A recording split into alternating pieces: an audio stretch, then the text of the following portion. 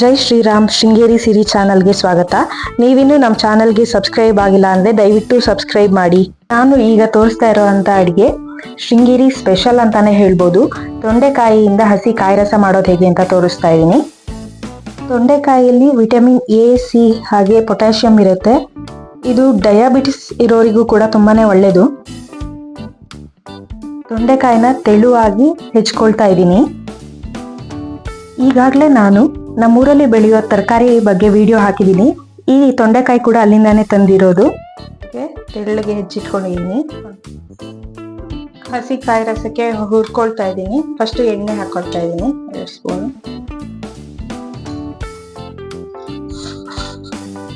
ಹಾಗೆ 1 ಸ್ಪೂನ್ ಅಷ್ಟು ಕಡಲೆಬೇಳೆ ಹಾಕೊಳ್ತಾ ಇದ್ದೀನಿ. 1 ಸ್ಪೂನ್ ಅಷ್ಟು ಉದ್ದಿನ ಬೇಳೆ,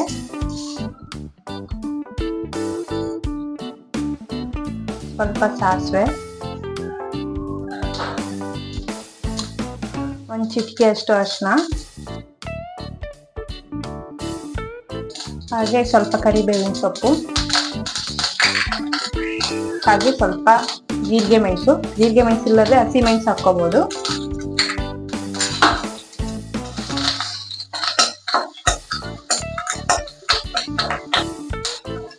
ಇದು ಜಾಸ್ತಿ ಕೆಂಪಾಗುವಷ್ಟು ಹುರಿಯೋದು ಬೇಡ, ಸ್ವಲ್ಪ ಹುರ್ಕೊಂಡ್ರೆ ಸಾಕು. ಆಫ್ ಮಾಡ್ಕೊಳ್ತಾ ಇದ್ದೀನಿ.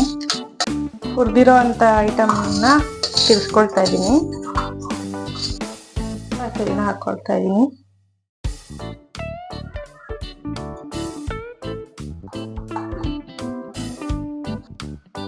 ಇದನ್ನ ನುಣ್ಣಗೆ ತಿರ್ಸ್ಕೊಂಡಿದ್ದೀನಿ. ಕಾಯಿ ರಸ ತುಂಬಾ ರುಚಿಕರವಾದಂತ ಒಂದು ಅಡಿಗೆ. ನಿಮಗೆ ಡೈಲಿ ಸಾಂಬಾರ್ ತಿಂದು ಬೇಜಾರಾಗಿದ್ರೆ ಈ ತರನು ಒಮ್ಮೆ ಟ್ರೈ ಮಾಡಿ, ತುಂಬಾನೇ ಚೆನ್ನಾಗಿರುತ್ತೆ. ಈಗ ತೊಂಡೆಕಾಯಿ ಹೋಳನ್ನ ಹುರ್ಕೋಬೇಕು. ಅದಕ್ಕೆ ಫಸ್ಟಿಗೆ ಎಣ್ಣೆ ಹಾಕೊಳ್ತಾ ಇದ್ದೀನಿ.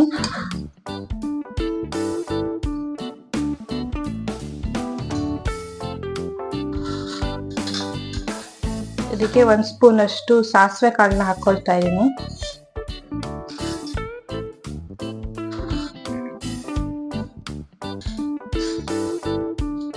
ಹಾಗೆ ಹೆಚ್ಚಿಟ್ಕೊಂಡಿರೋ ತೊಂಡೆಕಾಯಿನ ಹಾಕೊಳ್ತಾ ಇದ್ದೀನಿ.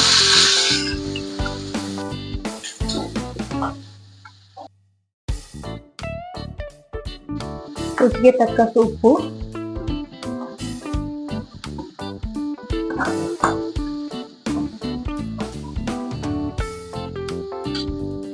ಸ್ವಲ್ಪ ಬೆಲ್ಲ, ಸ್ವಲ್ಪ ನೀರು ಹಾಕೊಳ್ತಾ ಇದ್ದೀನಿ. ಜಾಸ್ತಿ ಹಾಕೊಳ್ಬಾರ್ದು.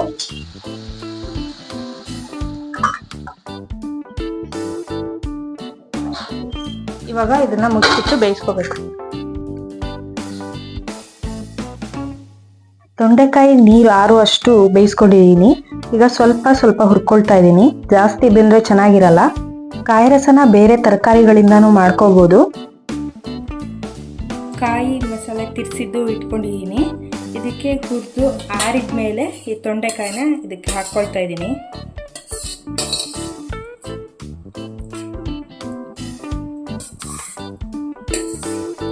ಇದು ಊಟಕ್ಕಿಂತ ಸ್ವಲ್ಪ 1 ಅರ್ಧ ಗಂಟೆ ಮುಂಚೆ ಮಿಕ್ಸ್ ಮಾಡ್ಕೊಂಡ್ರೆ ಚೆನ್ನಾಗಿರುತ್ತೆ.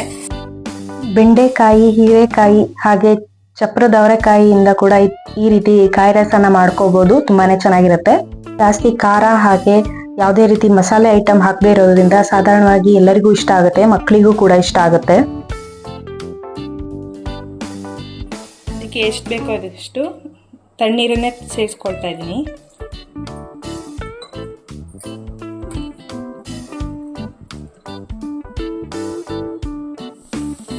ಈಗ ಕಾಯಿ ರಸ ರೆಡಿಯಾಗಿದೆ. ಕೊನೆಯದಾಗಿ 1 ಅರ್ಧಷ್ಟು ಲಿಂಬೆ ಹಣ್ಣು ಹಾಕ್ತಾ ಇದ್ದೀನಿ.